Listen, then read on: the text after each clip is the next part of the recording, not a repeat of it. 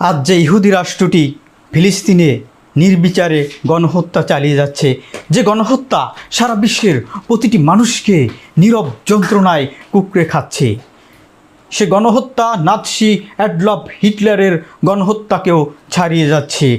এই ইহুদি রাষ্ট্র ইসরায়েলের জনক ছিলেন থিওডোর হার্জেল। 1896 সালে থিওডোর হার্জেল একটি বই লিখেছিলেন।